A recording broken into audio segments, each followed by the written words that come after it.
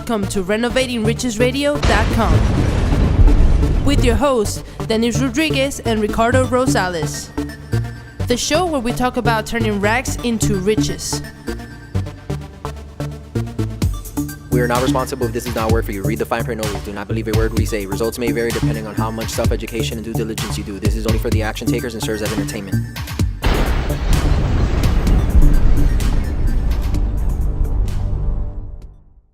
Good morning, everyone. Afternoon.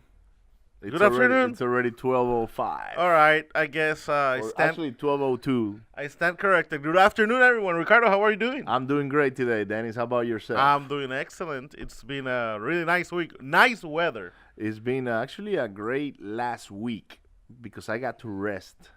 Oh, yeah. We had the Thanksgiving break this past weekend. So, yeah, I relaxed a little bit, too. By the way, I'm very grateful. So I want to say I'm grateful for everyone that's watching us and that is coming to watch us later on or listen to us on our podcast or in our videos.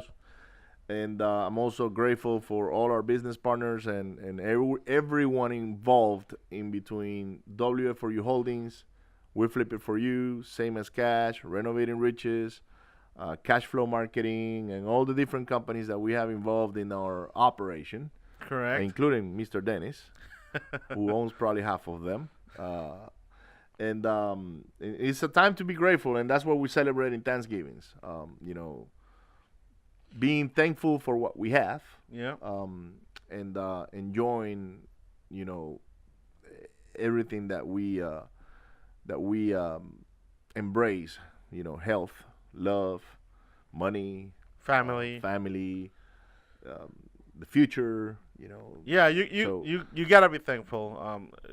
I don't know which, God you pray to, or what, What do you look after when it comes to being religious? But just be grateful. We accept them all. We don't discriminate. God, I respect. I'm Catholic, but I respect everyone's religions. So depending on who do you pray to, you just gotta be thankful. Some people don't celebrate Thanksgivings, but they're still thankful for. Yeah, especially Native Americans or Native American. Which, by the Indians. way, it's a good thing we talked about this because we did Thanksgivings the day before Thanksgivings. We went to look at a property. Dennis and I were actually, or maybe I was not maybe, but I was actually helping Dennis with a house he's buying, deciding on what he's gonna do with it. And then while we were at that property, we got a call from Lead saying, "Hey, can you come take a look at our property?" And we went straight to the house. We went straight to the house. From the house, and the universe, it just works on a way that the opportunities just open up when you happen to be around it, and that's the frequency and the energy, and it just put us on that situation, and. After we look at the property, just to make a long story short, the lady, I wished her happy Thanksgivings, and she's like, "Well, I don't celebrate it, but I'm still thankful for it." And I was like, "Oh, cool, thank you so much." And she's like, "We wish you the best, and you guys enjoy your Thanksgivings." Yeah. And she told us she's from Native American or right. Native American Indian descent, so they celebrate all the things. But they don't celebrate Thanksgiving because of what happened. They think it was more like a massacre from the Pilgrims than anything else. But anyways, so be thankful. Changing subjects. But talking about what you really want to listen to, probably, we have a pretty good show today that we haven't talked a lot about it. Yeah, this is going to be one of those educational programs. So if you want to bring out your notepad and a piece of and a pencil, or a piece of paper and a pencil, you might want to be writing down stuff on this show that we're going to show you how we fund our deals, or how you can fund your deals, because some people think that we're just extra or super millionaires and we buy everything cash, but that's not the reality. We're going to show you, all of you, how we do it. That is the reality. That's what we're aiming for. No, that is the reality, because once you have access to the money, then that automatically gives you that flexibility of saying, I know I can count on money to do my deals. Mm-hmm. And that's the same thing as being multimillionaire or rich, okay? It's just that you don't see it that way, but it is. If you pick up the phone and you have somebody with funds waiting to fund one of your deals, that's the same thing as pretty much having that money on your side, you know? Yeah. So it just depends on how you look at things, right? So let's start up, Ricardo. What's the number one? Not number one because it's the one that's mostly used, but the easiest way of explaining how to buy a property would be what? Using what? Cold, hard cash. That's paper you're talking about. That's like Grant Cardone says, paper. Stack them up onto each other. Then you show up with a brick of cash, and you can buy the property or the land or the RV or whatever it is that you want to buy. Yeah, that you can set on a piece of real estate. I don't suggest walking around with a brick of paper, but just a wire from a checking account. Money Mayweather does it though. So he also has like an entourage of people looking after his cold hard printed paper on top cash. Yeah. So yeah, but what we call in real estate cash is really money that you have in the bank, and you either print a cashier's check or a money order, or you do a wire transfer and you can pay for the property. Mm-hmm. Now there is advantages and disadvantages of using cold hard cash. Mm-hmm.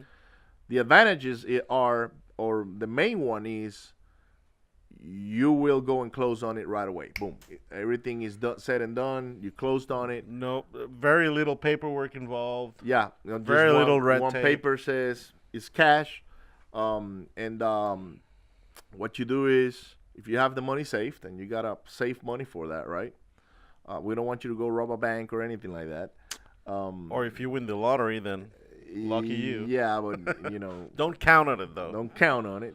Your odds are better off if you save the money, mm-hmm. or you find somebody that's got the money, or inherited some money than actually winning the lottery. Mm-hmm. I would encourage you to, that dollar that you put in the lottery every week, or whenever you play it, put it towards something else that's going to really produce something. Mm-hmm. I'm not telling you not to play the lottery. I'm just saying. I do, only when it goes like over 200 Yeah, like $700 million. You're like, yeah, why not? Let's go throw $100 there and see what happens, right? Gee, I just put like $2. I've done it. So, hey, if I don't play, I don't win, right? But it's like going to the casino.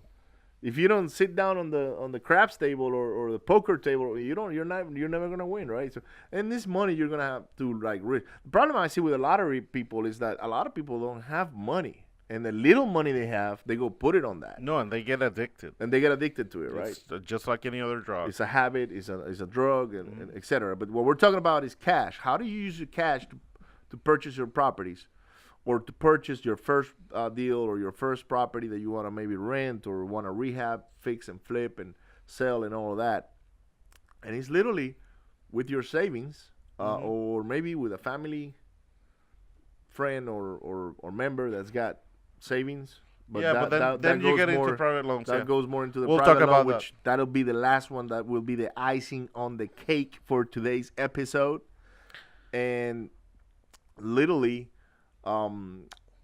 it's just like that.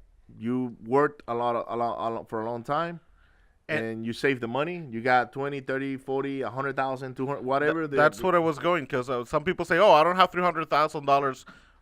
We buy houses as low as, I don't know, $5,000, yes. $12,000. Yes. So it doesn't require a huge amount of cash to be able to buy a house for cash. Most people, when they think about buying a house, they think about their own personal property where you're going to live with your family. But investment properties you can buy for really cheap. All sorts of course, really cheap does not apply to California or New York. Okay. Or Denver, Colorado. Or Denver or places like that. Bear with us. We're talking about maybe Texas and, Tennessee. Or any, suburbs, like cities outside of the main cities in the States. You can always find good deals and good houses. So the first way you can fund a deal is called hard cash, which is what a lot of people do, actually. There's a lot of people that will go pull their cash out, close on the property. You can see it at the auctions all the time. They got the checks printed out, and they just go in and buy cash, and They get the seller out of the way, and they take possession of the property, which is, by the way, a very good way to secure the property without having to go through the red tape and everything that has to do with a loan. So save money, or find money somehow, or cash some money from somewhere, maybe a bank account that you may have stashed away, or maybe under the mattress, your money that you got under the mattress or whatever. You can use that money to go buy the property cash. The second way is conventional financing, which is what I used to buy my property with. If you don't have any cash, then the second most, or one of the most popular ways houses are bought. Actually, I would every say day. it's like 90% or 95% of transactions happen this way. Yeah, it's through conventional financing, or going to your big old bank, your Western bank, your how do these loans work? Well, there's several programs depending on where you're at. Like, for example, if this which one is the most common program? Right now, I'm pretty sure FHA has surpassed what conventional financing. Okay. Because the federal government has opened up again their checkbooks and are loaning a lot, with FHA loans. How do you get qualified for an FHA loan? And well, the one that I suggest, I mean, many people just walk to their local bank. If you have a relationship with Chase Bank or Wells Fargo or Bank of America, any of these banks, or even a credit union, like your local federal credit union or whatnot. You just walk in there and ask for the mortgage people, the people that handle mortgage loans. Loan officer, yeah, loan whatever officers. they call them.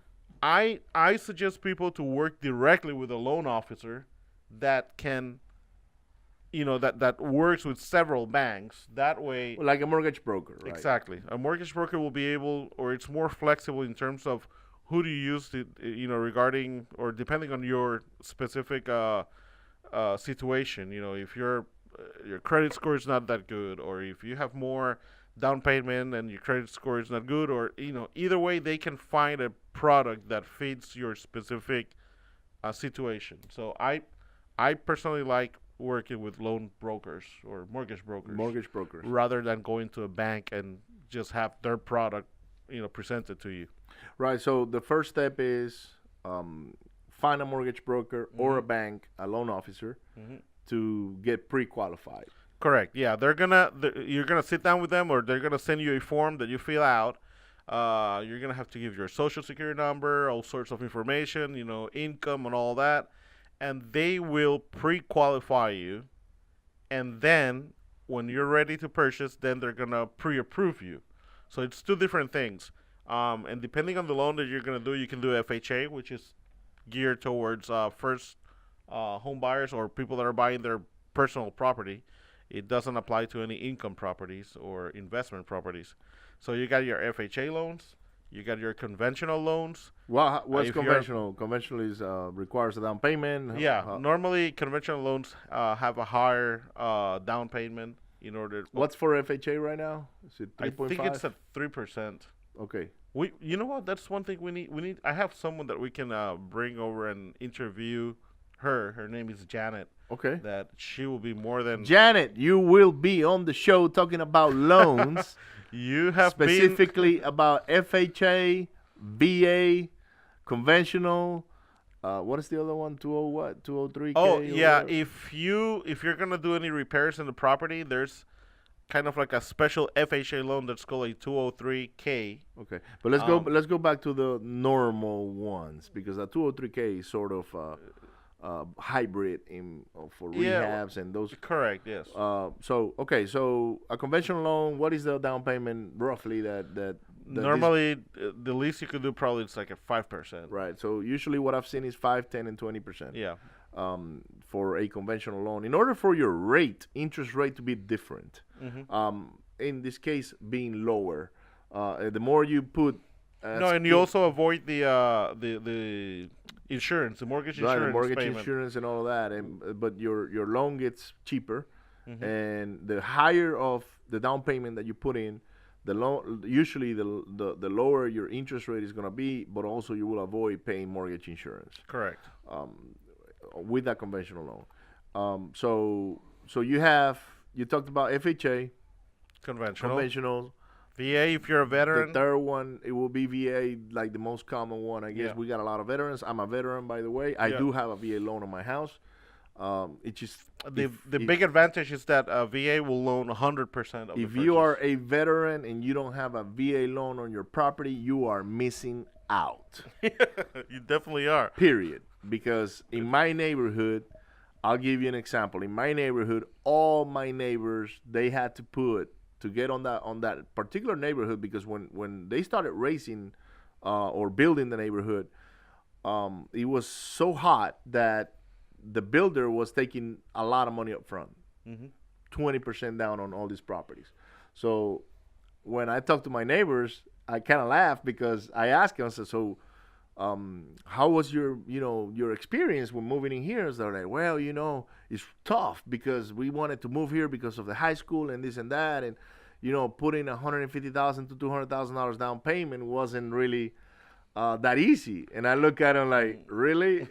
You put how much? And they're like, yeah, that's what the builder asked us. And I was like, well, you want to know something? What? I put zero. And they're like, what? How do you do that? And I was like, well, you enlist in the Navy or I Army? proved them. I said, look, I used it on I negotiated because they were requiring me to do the same thing. But I told the guy selling the property, I said, look, Mr. David, by the way, I'm going to say hi to David, a great sales and realtor, and he was the one selling these properties at the time. I said, look, Mr. David, I don't have to put the 10% or 20% down payment you guys are requiring because I'm a veteran. I'm approved for 100% financing. And he's like, well, maybe we can make an exemption.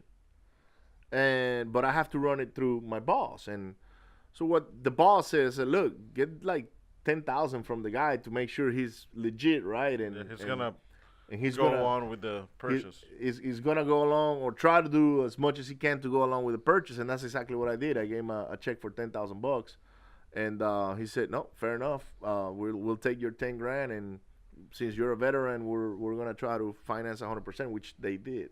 And by the way, because some things, these builders, when they build new homes, they do some tricks at the point of closing.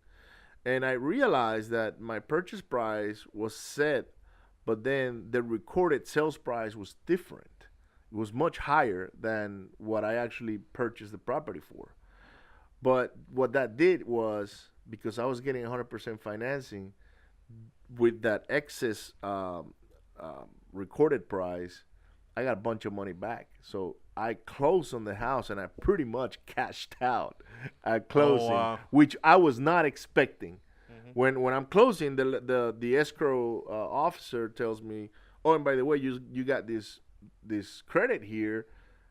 And I was like, oh, I got money for furniture now, because I was like, man, I bought this house. Now I'm like, I need to go put furniture and all that. Especially if it's a big house, you're talking a lot of furniture. That's right. So it took me a little while to, my wife and I to put all the furniture in it. But yes, VA loans. If you're a veteran and you're not doing a VA loan, you're missing out. By all means, yeah, you need you to don't take have to advantage go of buy that. an expensive home. Any home will do it.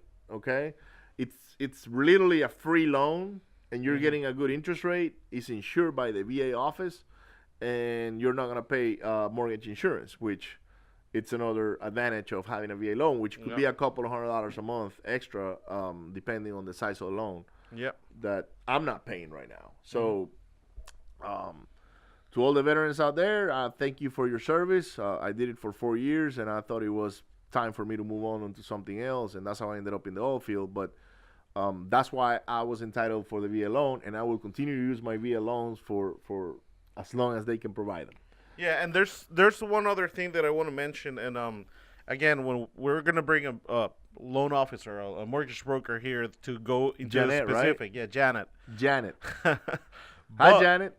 But one disadvantage of doing conventional all the time is that you're going to be limited to the number of houses you can purchase Correct. with a conventional loan. So there's going to be a point where you can buy a few houses. It used to be, well, it used to be unlimited. Then after the 2008 fiasco with all the mortgage, it went down to 4. Now I think it's back to They 10. got it back to 10. And So you then- can buy. But then up to after 6 houses, they make it pretty tough. Yeah, it start getting really So tough. They want you to have a lot of cash reserves Yes. and a lot of things that, as investors, if you're doing this right, you should have no cash whatsoever. It should be all invested. Yeah, but you could probably, if you're just starting Yes. and you want to use this method to finance your first investment property, by all means. Of course, if it's investment, FHA, it's completely out of the picture. You'll have to go conventional. But you can do it. Yeah, you can. Insurance are really low. As long as the property does not need a bunch of repairs and things that are going to throw the appraisal or the inspections out of the way and banks will not want to loan money on it, Correct. then you will be fine. Yes. But anyways, we got to recap. We've talked about FHA. We've talked about conventional. We've talked about VA VA. and 203K. 203K is the rehab loan. Yes. How does the 203K work?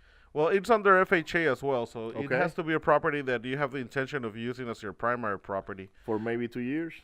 2 or 3 I years? Do think they it's have a at- timeline? I think it's at least 1 year. Okay. at You least have 1 to year. occupy the property for a year. But again, we'll get all the specifics. So when if we- you wanted to get into real estate buying and rehabbing, okay, like to buy a property that maybe needs a lot of repairs and you don't mind living in that property while you fix it, that will be a great It's loan what we to call go a get. live-in flip.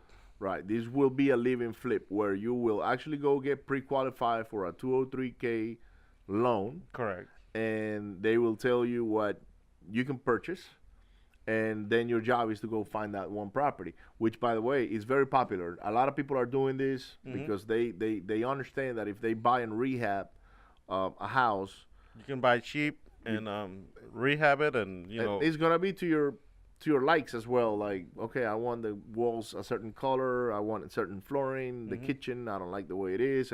So you can you put all your personal touches in it and live in it while you create that equity that in the future you will cash out to go do more business. I've actually and the way it works is that the bank will give you the money to purchase the property, so it'll be you purchase the property, so that money is available, and then you do draws as the work progresses.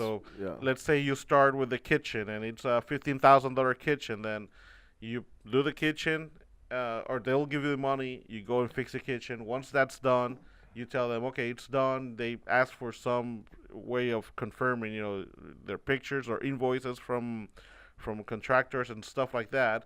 Once they reassure, I don't know if they send an inspector up. That's, again, we'll get the specifics with we're Janet. not familiar with it because we haven't used it. Yeah. But then you go and rehab your bathrooms, or you do your flooring. you or do it in whatever. stages, but Yeah. basically. So the rehab happens in stages, and they will reimburse you as it gets done. But that will allow you to buy and rehab a property that maybe you're going to be at 70 or 80% all in of the after repair value of that particular property, and the interest rates are actually very favorable. They should be around the 3s, maybe 4s. I'm not sure. I will get the loan officer to come and talk about it. But we just want to make sure that you know it exists. Yes, And it's out there, and you can Google it. Yeah, and Google there's it. Go to the bank and go to your mortgage broker and ask him, how can I get this particular loan? I like to buy a house, flip it while I live in it, and I've met people that have done this. Yeah, because you live in the property for a year, and then after a year, you can move out and either rent it or sell it and do it all over again. That's right, and do it over again, and you can actually flip that one loan with the properties over and over and over again. At one point, your wife will say, I want to stay in this one house. Please, let's not move or whatever. Stop the madness. Stop the madness. And, but anyways, it's available. You can do it. And it's getting more popular nowadays that the banks are more flexible on lending. But then we got this other one called a hard money loan. Yes. So if you maxed out on the number of houses you can buy through conventional, or you don't care about traditional banks and want to try something different, there's always the hard money route. Well, but the reality is that hard money is designed for fix and flips. Correct. Whether you flip it to sell or rent, a property that needs extensive work will require a hard money. Maybe FHA, which I don't know, on the 203K loan, they might have some restrictions and guidelines to where if the foundation is shot or if it is a burnt house or something that you can't buy, hard money loans will allow you to buy this type of properties. That's right. And I want to ask you, Dennis, how do they work? Well, first of all, people ask why do they call it hard money, and to be honest, I haven't found a. I mean, there's so many. I think this is my reasoning. They related to cold hard cash. So hard cash, hard money.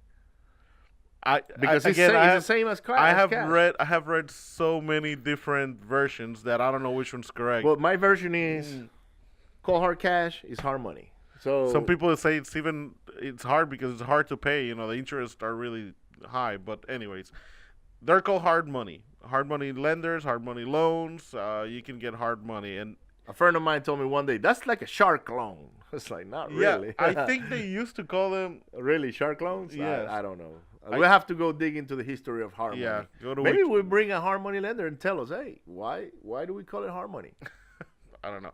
But the way it works, or the biggest advantage about hard money, is that they don't necessarily loan on the person's credit.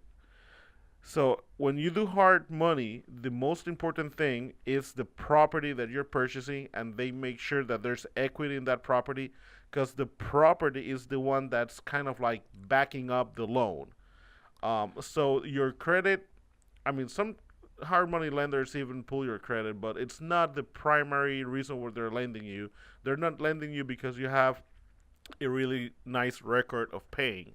They're lending you because the property that you're bringing to them, they can see that there's a lot of equity, that even if the loan goes south, belly up or goes south, they're going to be able to pull their cash out of the property that you're purchasing because there's a lot of equity in there. Well, it is an asset-based loan. Exactly. To put it in, basic words. And of course, they will look at the person doing the transaction, buying the property and rehabbing it, in order for them to feel secure that, yes, this person, we can give them the money so they can go to work, they can make a profit, and we can make our interest. Yes. We got a lot of hard money loan companies here in the Houston area that are very successful at doing this, in Texas altogether, actually. And there's one of them that has a huge crowd. I'm going to say hi to Jet Lending. That's who I actually used to use or used to do my first loans when I first started 10 years ago. It's one of the big ones. It's one of the big ones. They have a great event out here.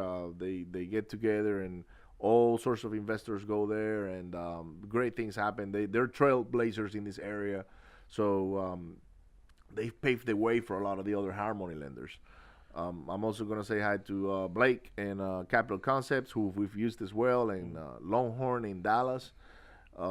So there is a lot of good hard money lenders in the area, and for those of you that are here in Houston, you might want to go knock on those doors in order for them to get you pre-approved if you want to go get into the flipping business, because it is, for the new beginners, it will be the safest way to enter into this world. Yeah, and one of the things that make it a safe bet. Well, you got to be careful, first of all, because they're almost all of them are very high interest loans, but they are geared towards the person that's flipping a house that's going to have the loan for a very short period of time. 6 months, usually. Normally about 6 months, maybe up to a year, but you don't want to go past a year, because then... Well, for the most part, all these loans will have an expiration date of 6 months, and then they will charge like another origination fee in order for the loan to get extended. So it's an extension fee, basically. Exactly. So it becomes very expensive. And the reason why it is sometimes suggested to newbies, people that are just getting started, to use hard money is because, again, since this is an asset-based loan, the bank, in this case the hard money lender, needs to make sure that what you got in your hands is a deal. Yes.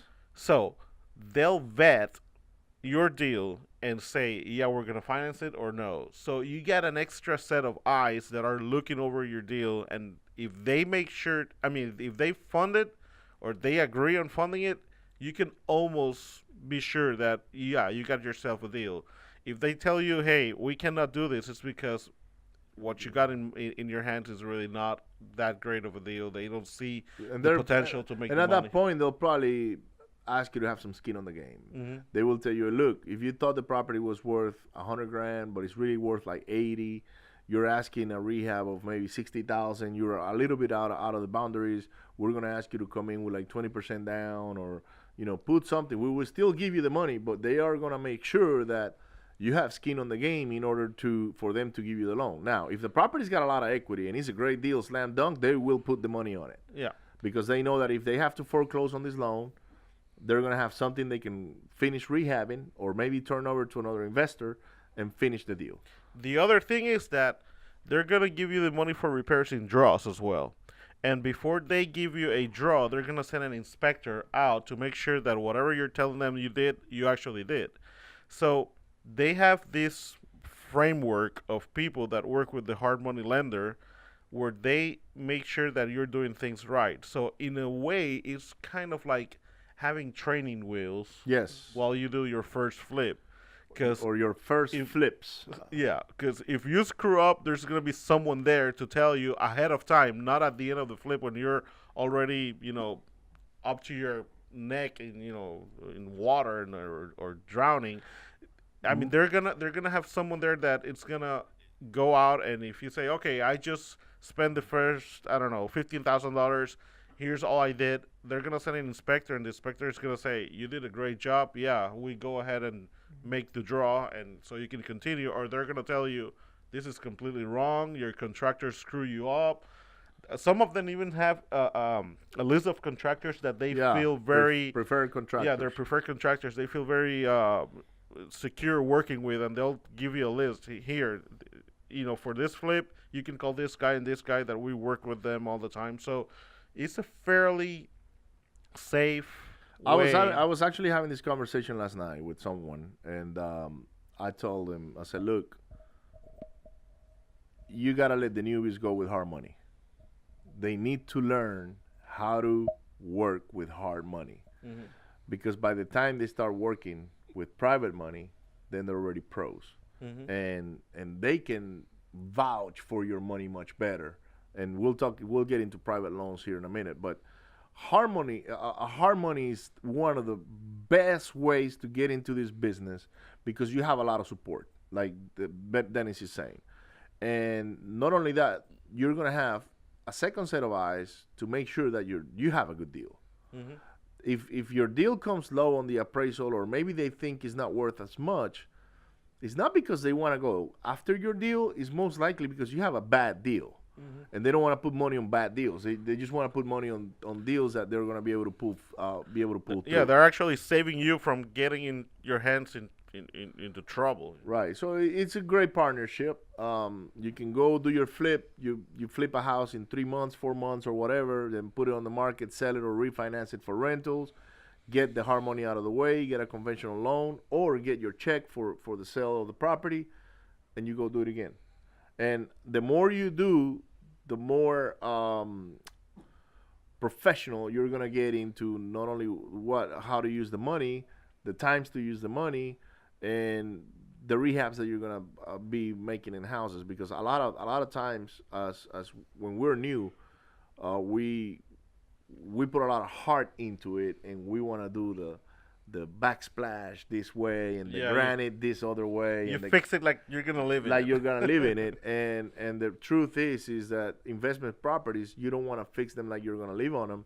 You want to fix them to basically either sell them or rent them, and not necessarily on how you feel like if you're gonna live in it. So you gotta leave your emotions out of. You gotta leave your emotions out of the business, right? So when you use a hard money loan or a private or whatever, and you're gonna flip, you want to make sure that you put your emotions aside. That way you treat it as a business and not as a personal item, if you will, which we've made the mistake plenty of times to do that, and we never got the money back. So Now, of course, all this support, all this extra set of eyes looking over, all this, the inspector, that costs money. So that's if you were gonna say, okay, what's the drawback of hard money? It's just that it's a costly loan because the interest rates normally, what are they now? Like 13, 14%? There you go. There's all sorts of interest rates right now from program to program, but I've seen them from 6.99% all the way to 15%. And by the way, I used to pay more than that when I first started. I was paying like 17% on Harmony loans. Which is boundary line with usury. Yeah, 4 points origination, 5 points in some cases. But the deals were so good that I didn't care about the interest rate. No, and that's what I was gonna go next, because I mean, yes, it's expensive when you compare it to like conventional or an FHA loan or this, traditional loans. Yes, it is a lot more expensive, but if this is your gateway, this is the entry door into getting in the business, then by all means go and do it. I mean, you just have to be cautious and careful and know that you're going to finish this flip in 3 months or 4 months or whatever time frame you have set, and not extend, because it gets even more expensive. But this might be the only way to some people to get into the game. It was my way. Yeah. Actually, I started with private money. I went and called my mother-in-law, and she's like, "Yeah, I got some money." Alone. Yeah, so I started that way, but then I realized that I didn't know what I was doing very well, and I was getting in more troubles than I was actually helping myself out. So I went the hard money route, and I started studying, and luckily I ended up with some great people, and they were able to help me out at the beginning, and that's how I started funding all my flips, just hard money. So for me, it was something automatic. Mm-hmm. I found a house, go to hard money. Found a house, go to hard money. And then I would change from hard money lenders because maybe I wanted to get a better rate. I was getting more experience. I could negotiate better. At the beginning, I couldn't negotiate because I'm new, right? Yeah. So, hey, I got to take what they give me. You're at their mercy. You're at their mercy pretty much. But once they start seeing that, hey, this guy's actually producing houses and he's refinancing them or selling them or doing whatever, more money starts showing your way. Mm-hmm. And then other harmony lenders start bringing you over. It's like, hey, but use my loan. You don't have to pay 5 points. You can pay 3 points, and you don't have to pay 14%. Now you can pay 11, and so things start getting better for you. At the beginning, you're gonna pay for education one way or another. So I wouldn't advise on not doing it. I would encourage you to go get a hard money loan and do it. Okay. I was actually discouraged by many of my friends that were not in the business of not doing it because they saw it as a shark loan, and come to find out I was just asking the wrong people. Mm-hmm. Because they didn't understand the business. So hard money loans for me are the best thing to get into this business because you got a second set of eyes. You got a whole organization behind you that is going to make sure that you have a deal. Otherwise, they won't give you the money. And it will open the gates for you to start navigating into this buy and rehab. Yeah. And even I know we started talking about cash. If you have cash, go and buy a house. But I could even suggest that even if you have the cold hard cash, go for the hard money. Go and do your first one, your first flip. Do it with hard money. Just keep your cash as a capital security there, and you can even show the hard money people. Hey, I got cash. I have the cash. Stash away in case something goes wrong. But there's all these advantages we have talked about with hard money. Look, if I had cash, someone carry you, and hold your hand. If I had cash and I was starting in this business, I will get pre-qualified with a hard money lender, and I will use my cash as working capital, mm-hmm. and let the hard money lender form my deals. And you can actually, if you get a hold of it, then you can expand and do, instead of one property, you can do 3, 4, 5. Hard money lenders will loan you money all day long because they know you're secure. You got cash, you got working capital, you're mm-hmm. not going to be depending on the draws. So even if you had the cash, don't get sidelined by the interest rate or the origination points. That's just part of the cost of doing business. Mm-hmm. That's like if you had a company and you were the person doing the mailing, you were the person answering the phones, you were the person going to the bank, you were the person attending the clients.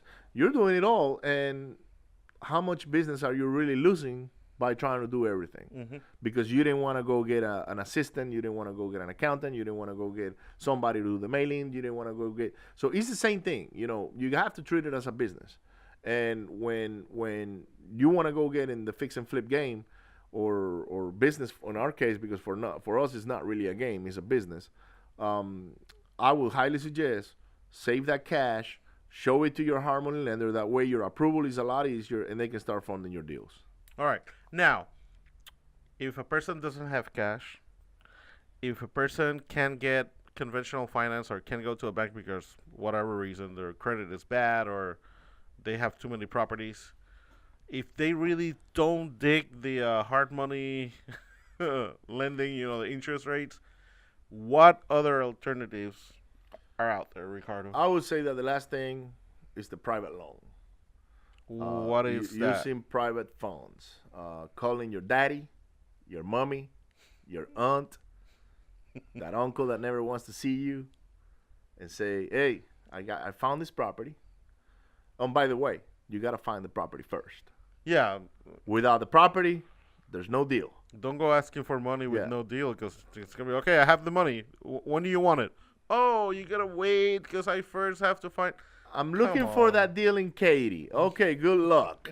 Well, maybe right now you can find some deals, flooded houses and all of that. But for the private loans, what you want to do is you want to have a property secured under contract in your hands. That way, I tend to say that if you find the deal, money will flow. Yes. Whether it's hard money, whether it's a conventional, whether it's money will find its way to fund that deal. It's find the deal and money will find you. And it's happened to us a bunch of times where we get some of our private lenders to come to our office, and they look at the board and it's like, what about this property? And I was like, well, we haven't decided what we want to do. I can loan money on that. Oh, okay. Boom, done. So basically, private loans is what we do today, or private funding is what we use today in 99.9% of our deals. Money will find its way to our properties. It's a lot easier to control. The fees are much lower in our case, but we build track record. So we use hard money before, and now people that get cash on their accounts, they feel comfortable in loaning it to us because they know we're gonna pull through. And how does it work? You just pull out a napkin and a pen and say, what is it? Do a note, a pay you note, or you owe me? What is it? No. So I owe you. I owe you note. I owe you note. No. So look,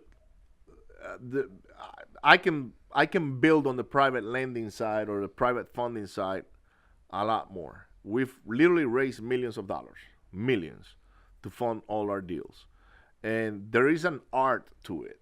And I was analyzing. I was like, man, why is it that we got so successful at finding this money, which is easier? Number one, people that you never thought of had some money, and they're like, yeah, I want to put it on what you got.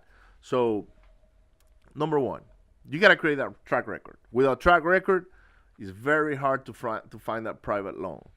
Now, you're talking a portfolio, right? Like having some way of showing how many them. houses have you done? I've done 5 houses, I've done 10 houses, or maybe multifamilies, or whatever it is that you're good at. You got to have something to show. That way you can go and say, look, I'm the guy making it happen, and you can make these fundings happen for you. That way you can make a better interest rate than the bank is paying you, and we can both go make a profit. And basically that's how you go about it. But number one, create that track record. So that's why everybody that's new watching us or listening to us, guys, go talk to a Harmony lender.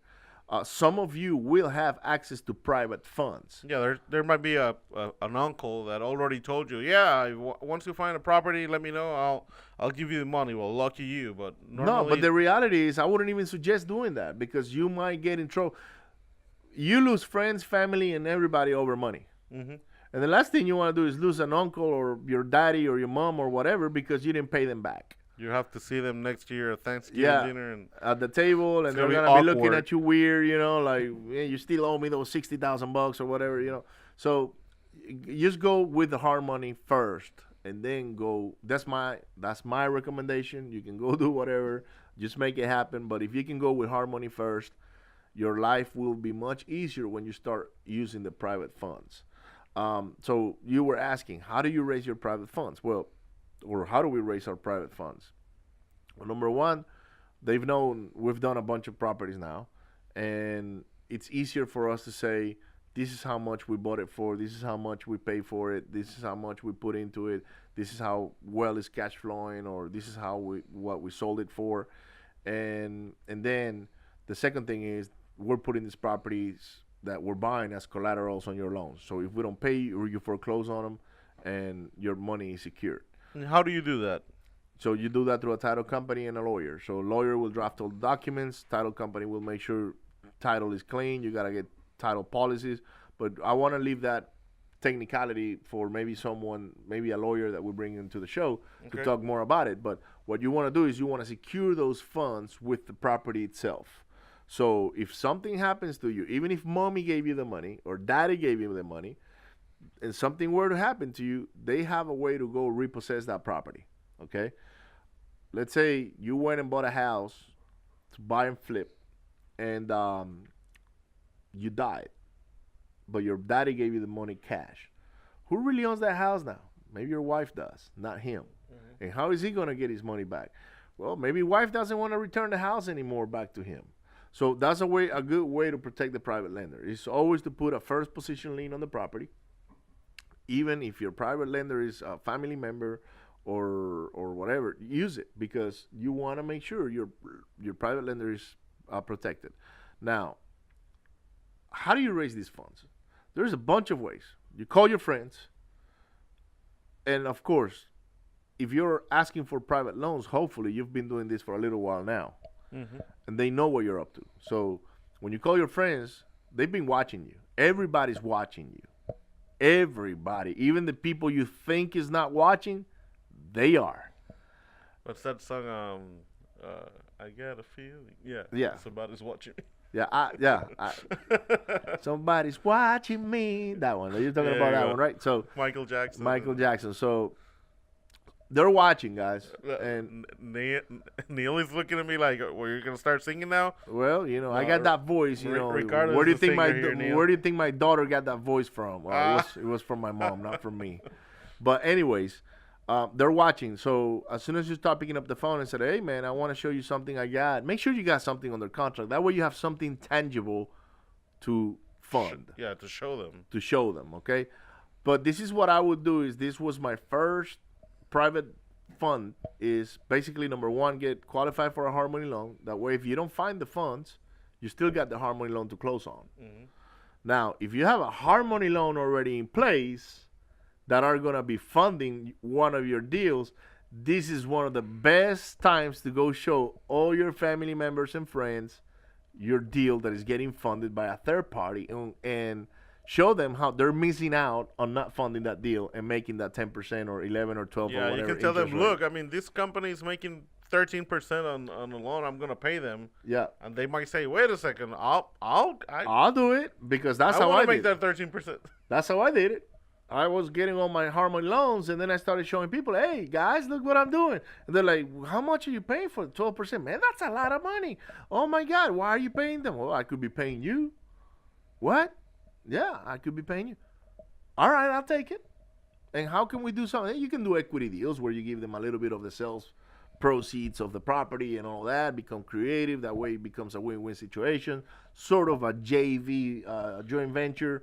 And every deal will be different. I'm not going to get specifics on how to structure a private fund or loan, but I will tell you that everything is negotiable. Everything is negotiable, and also you can leverage a lot.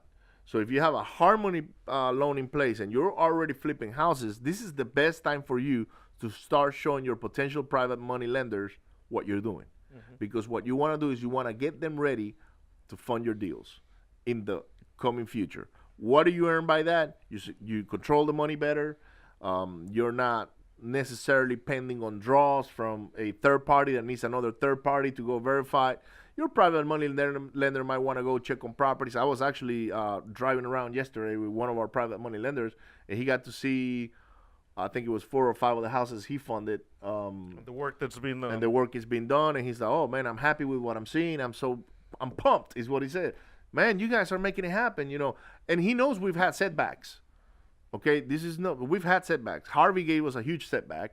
We lost a lot of people. We've lost a lot of money, too, because, you know, but...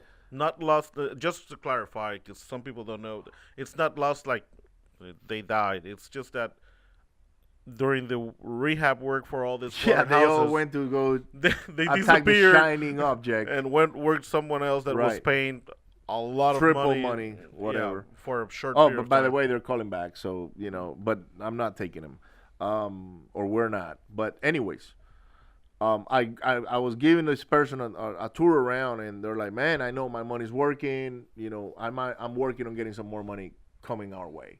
So that's when you want to do this. If you're doing hard money loans at the moment, make sure you go show everybody. A lot of people have this mentality of, I don't want to tell anybody what I'm doing because they're going to send bad energies to me. They already do it anyways. People that want to send bad energies your way are doing it already without you showing them anything. So don't be afraid of showing and telling everybody and their mama what you're doing. That's the only way you can promote your business. No, and you just mentioned it, but I just want to, you know, say it again. You never know where the money is going to come from. Yes. The person that you least expect to loan you money might be your biggest private lender. Yep. That is correct. We had a guy, I'm not going to mention any names or anything like that, but when I first started raising private funds, I went to a place that I'm going to be able to mention, which is Quest IRA here in the Houston area. We love Quest. I would tell you that maybe now 70% of our loans are coming from Quest, from people that got their self-directed IRAs, which is something we need to touch on at That's a completely different show. program. That's a whole different animal. We can talk hours about self-directed IRAs and what you can do with it, and we need to put it on schedule. But anyways, that's where we get a lot of our funds. And at one point, I went there, and actually both of us went there, and we were pretty much going through the class because they do have a lot of educational classes. And we were students that day. But at the end, they do some networking. And that day, I got up and said, my name is Ricardo, and I'm flipping houses here in the Houston area. I got properties under contract. So this is what I've been saying. Make sure you got houses under contract or properties under contract. Make sure you got some rehabs going on. That way, you can potentially bring a lot of money from the private sector. And this one person got up and said, son, I got a little bit of money that we can put to work. And I said, okay, perfect. You know, I'd like to meet you up and, you know, let's go for coffee or lunch or something. And I want to show you what I'm doing. And then we can talk about how much money you got. That way we can find a property for that money. And he's like, sure, come pick me up. So very next day, I called him up and I said, hey, I'm ready. Can we meet? And he's like, yeah, come pick me up. So I went and picked him up. And at the time we were doing, I think it was 4 or 5 rehabs. And we went from, I showed him a couple of our rentals. We didn't go in there. I just said, look, I bought this property for this much. So I was showing him track record on what I did at the time, or what we did, because it was a team effort. And he saw a few of the rentals. They were like, man, these are nice houses, and they're in good areas, and this and that. I told him the story about when I had a bunch of nice houses in bad areas and how I went away from that. And he kind of related to me because he's been doing this for a long, long time. But anyways, he had told me he had like $85,000 to invest. And so I was like, cool, man. What I'm going to do is I'm going to find a project for this $85,000. That way we can start building this relationship. But let me go show you now what we're working on. And at the time, we were working on like 4 or 5 houses that were within the same area. And every one of those properties had some action going. We were either doing the roof on one, or fixing the walls on the other one, or maybe fixing the foundation. We also had some properties under contract. So he got to see a little bit of everything. And it took me all day. We were just riding around in my car. We were talking, getting to know each other, and around this is we started that day around 9 o'clock in the morning, and around 4 p.m. I was driving back to drop him off. And when we're going back, he's like, "Man, I don't. How can you get all these houses? And how are you doing so much work?" And he was actually impressed, and that was the idea I got from it. And I said, "Well, I don't know. I'm just making it happen. We are out here working silently, but we're making it happen. We believe in our business, and we know this is the best way to go to create freedom, and that's what you saw today." And he said, "Well, son, listen to me. I don't have $85,000." And I was like, "Man, what the heck is going on?" He's pulling away. I got $1 million to invest, and I want to invest as soon as possible. And that's how I went from 85,000 to $1 million in less than 8 hours with the same person. And I didn't display any emotions. I was kind of like in shock, and I'm like, "Cool, okay, we'll see what we can do." I knew he wasn't gonna disburse $1 million right away. He was not gonna write a check for $1 million next exactly. day. But I needed to start using that money, consistently, and we need to start proving the person that we could actually handle that kind of money. But that gave me a great idea. I said, "Okay, I need to start doing private money tours," and that's how I created the money tour. Basically, is what we call it. And literally, that's how we raise our private loans now. We leverage everything we're doing. We get on the car. We put our lender right next to us. We build a relationship. And by the way, during that ride that we do, sometimes we notice that we don't necessarily want to work with certain lenders because they do have some weird restrictions, or they have some demands that we might not agree on. And we've actually pulled away from deals from lenders because it's not going to be a win-win for both of us, and we'd rather not touch that money. Or maybe they want to put some extra pressure on us that we don't want to have. You got to decide who you want to work with. Not everybody's going to want to work with us, and we're not going to want to work with everybody. But one thing for sure is, if you're doing what we're telling you today to do, that we've done in the past, you're going to raise a lot of private funds. So that's it. That's the magic. That's the magic. That's how you raise it. Out there. You can negotiate rates. You can negotiate points. You can negotiate equity. When it comes to private loan, everything is negotiable. And I mean everything, from points, interest rates, loan term. Like Ricardo said, if you're going to share equity or, the revenue or not, I mean, everything's negotiable. You just get with the title company, tell them what the loan terms are, and make sure it's a win-win situation. That you're not trying to squeeze your lender, or your lender is not trying to squeeze you. Correct. That way, because at the point that one of us, meaning the lender or the buyer, feels choked or squeezed, that's where it ends. Because that relationship will not continue to go forward. And the idea is to turn that. You want to do as many as you can. Turn the money over and over and over and over again. That way your lender makes a lot of money and you make a lot of money, and it is a win-win situation. It's got to be a win-win situation. This is not I'm paying 10% right now, I'm going to pay you 7%. Next time, No, look, make it to where it's good for both of you, and money will come your way. But remember, you got to build a track record first. Go get you with a hard money lender. We might have to invite a couple of hard money lenders here. That way they can tell us on the process on how it works. This is my suggestion, is go hard money first and then go with a private lending. But with that being said, Mr. Dennis, we're going to do a quick recap. So we talk about using your own cold hard cash, paper, go buy a house. If that's not an option, you always have the bank route, conventionals, conventional FHA, VA, or 203K if you're rehabbing. If that doesn't work for any circumstances, you can try hard money like we have been talking about. And then finally, you got your private loans, or people that can lend money from cash they have, or IRAs, but I'm not going to get in self-directed. It's too long of a subject to start now. So with that, we're going to finish the program today, wishing everyone a nice week. Like always, if you got questions, just write them down. This program won't stay Facebook, you gotta wait probably till next week to see it on YouTube, or the podcast. You can find us on RenovatingRichesRadio.com, RenovatingRichesRadio.com. or Renovando Riquezas in Spanish, and you can find that in iTunes, Google Plus, Everything that plays Periscope, podcast. Stitcher, I don't know, anywhere. You just Google and you'll find us. So with that, we're gonna finish the program today. Thanking everyone. And again, we'll see you next week. You have a great day. God bless. Bye. Bye. Ok, espérate, no te vayas. Vamos a grabar el intro. Yo también, pero esto dura un minuto. Lo hacemos rápido. Lo primero que voy a arrancar es subscribe, like us, subscribe, share. Después el tema de hoy, hablamos de funding your deals. Y ya, eso es todo lo que quiero decir. Ok. Ladies and gentlemen, subscribe.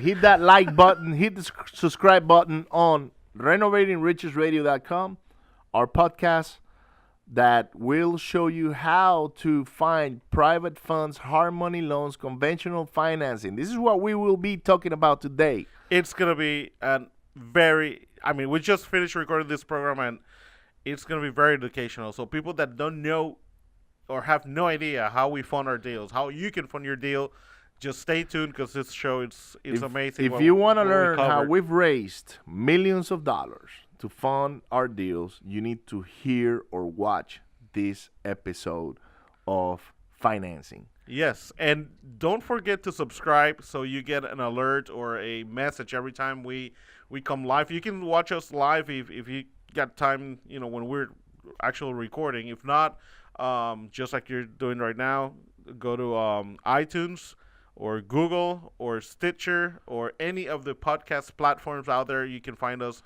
by searching Renovating Riches Radio, or in Spanish, Renovando Riquezas. And make sure to share with your friends, family, people that might be interested in the topics that we covered. Just share, give us a like, review us on iTunes. That's always very, very good for our ratings. So make sure you write a review if this is helpful. Just hit like and share. Go to Facebook. Find us in Facebook. Send us a message if you want a question. Ask any questions. If you want to know about a specific subject, send us a message. We'll get back to you as soon as we can. RenovatingRichesRadio.com, renovandoriquezas.com. We want to help you achieve your goals. And with that, let's go to the show. Welcome to RenovatingRichesRadio.com with your hosts, Dennis Rodriguez and Ricardo Rosales. The show where we talk about turning rags into riches.